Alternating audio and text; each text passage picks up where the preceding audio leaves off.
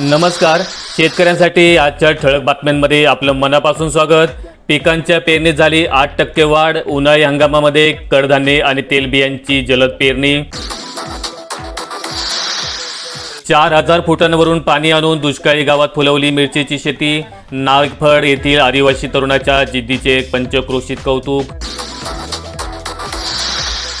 हळदीला भाववाढीची झळाळी, 17,000चा भाव। अवकाळी पावसामुळे मार्केट यार्डात आवक मंदावली। सोयाबीनची भावकोंडी मात्र कायम, तर तुरीला मिळाला 11,500 रुपयांचा भाव।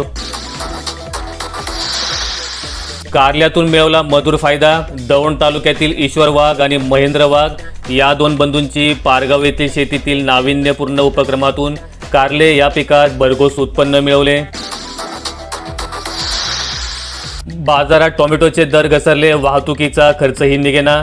तोडणी खर्च परवडेना, चाकूर तालुक्यातील शेतकरी आर्थिक संकटात। उत्पादन खर्च दूरच, वाहतूक खर्चही निघेना। कापूस भाववाढीची अपेक्षा फोल, शेतकरी अडचणीत। शेतकऱ्यांची आर्थिक कोंडी, 8,000हून कमी दर। दोन्ही हंगामात हाती काहीच नाही, बाजार समितीमधून 4.25 लाख क्विंटल हा कापूस खरेदी। अपेक्षित मतविभाजन नाही, कापूस आणि सोयाबीनवरून नाराजी। विदर्भात भाजपची चिंता वाढली तर दुसऱ्या टप्प्यातही आव्हान। काँग्रेसमधील अंतर्गत संघर्षाचा फायदा नाही। केळी बागांचे 40,000 हेक्टर क्षेत्र होरपळले। खानदेशात सुमारे 600 कोटींचे नुकसान। कांदा उत्पादकांची नेत्यांना गावबंदी, मत मागायला येऊ नका चे फलक लावले। सांगलीतून 800 टनांनी वाढली द्राक्षाची निर्यात। द्राक्ष निर्यातीसाठी युरोपियन देशांना पसंती। सोयाबीन दर स्थिरावला, अकोला आणि वाशिममध्ये नाईलाजास्तव करावी लागते विक्री।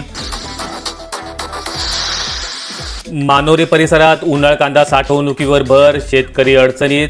कांदा निर्यात बंदीमुळे शेतकऱ्यांचे आर्थिक गणित बिघडले।